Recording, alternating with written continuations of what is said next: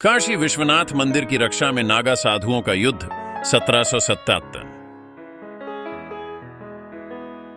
काशी विश्वनाथ मंदिर की रक्षा में नागा साधुओं का युद्ध 1777। 1757 का वह वर्ष जब औरंगजेब के शासन के बाद मुगल साम्राज्य की पकड़ ढीली हो रही थी। काशी विश्वनाथ धार्मिक स्थलों पर भगवान शिव का प्रमुख स्थल है, मुगलों का प्रमुख निशाना था। लेकिन इस बार औरंगजेब की सेना का सामना साधारण योद्धाओं से नहीं बल्कि एक ऐसी शक्ति से हुआ जिसने इतिहास को हमेशा के लिए बदल दिया, जिन्होंने धर्म की रक्षा के लिए काशी पर हमला करने वाली मुगल सेना का सामना किया। युद्ध की पूर्व तैयारी 1757 में यह खबर फैली कि मुगल सेना काशी पर हमला करने वाली है।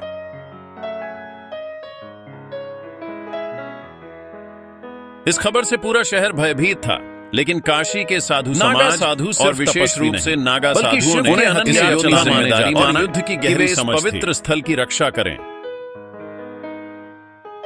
रणनीति और गुप्त सुरंगें। काशी का भूगोल नागा साधुओं के लिए एक वरदान था। काशी की तंग गलियों और गंगा नदी के आसपास की गुप्त सुरंगों का उन्होंने गहरा अध्ययन किया था। यह सुरंगें काशी की तंग गलियों से होकर गुजरती थीं और गंगा तक पहुंचती थीं। इन सुरंगों के जरिए नागा साधु चुपचाप मुगल सेना की गतिविधियों पर नजर रख रहे थे। पहला हमला।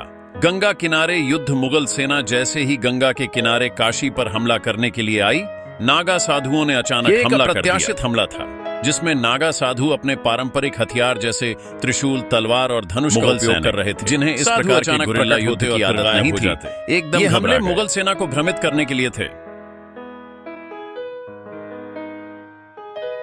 नागा साधुओं की अनोखी युद्ध कला। यह युद्ध सिर्फ हथियारों का नहीं था बल्कि यह मानसिक और आध्यात्मिक शक्ति का भी था। नागा साधु अपने अद्भुत अनुशासन और आत्मबल से लड़ रहे थे। कई बार मुगलों ने देखा कि साधु किसी जादुई शक्ति के साथ लड़े जा रहे थे। माना जाता है कि जब मुगलों के उच्च अधिकारी आगे बढ़ने लगे तब वे अचानक गायब हो गए या असमंजस में पड़ गए। यह नागा साधुओं की आध्यात्मिक शक्ति का परिणाम था, जिसमें वे अपने विरोधियों को मानसिक रूप से हराने में सक्षम थे। काशी विश्वनाथ मंदिर की ओर मुगल सेना का बढ़ना।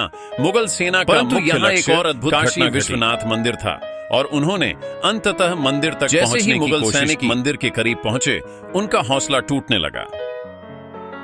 मंदिर के चारों ओर नागा साधुओं की मानव दीवार खड़ी थी, जो किसी भी हाल में पीछे हटने को तैयार नहीं थी।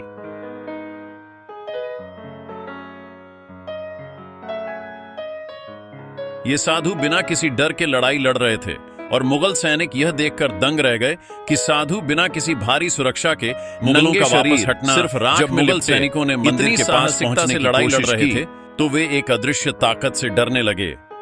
काशी की गलियों में यह चर्चा थी कि खुद भगवान शिव की कृपा साधुओं पर थी और उनकी शक्ति के आगे मुगलों की सेना मानसिक और शारीरिक रूप से कमजोर हो गए और उन्हें वापस लौटने पर मजबूर होना पड़ा। युद्ध का अंत और नागा साधुओं की विजय। मुगल सेना काशी पर कब्जा नहीं कर पाई और वे अंततः पूरी तरह से पराजित हो गए। नागा साधुओं ने न केवल मंदिर की रक्षा की बल्कि यह सिद्ध कर दिया कि धर्म और आस्था की शक्ति किसी भी साम्राज्य से बड़ी होती है। यह युद्ध न केवल सैन्य दृष्टिकोण से महत्वपूर्ण था बल्कि यह भी दिखाता है कि कैसे आस्था और वीरता के साथ के बाद कोई भी लड़ाई जीती जा सकती है। महीनों तक मंदिर की सुरक्षा में लगे रहे। उन्होंने सुनिश्चित किया कि मुगलों का कोई भी आक्रमण सफल न हो।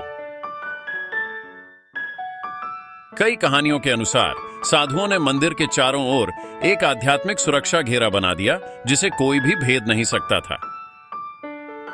यह युद्ध काशी और भारत के इतिहास में एक विशेष स्थान रखता है और आज भी इसे श्रद्धा और सम्मान के साथ याद किया जाता है। काशी की गलियों में जब यह कथा सुनाई जाती है तो लोगों के दिलों में एक अद्भुत श्रद्धा और साहस का भाव जागृत हो जाता है।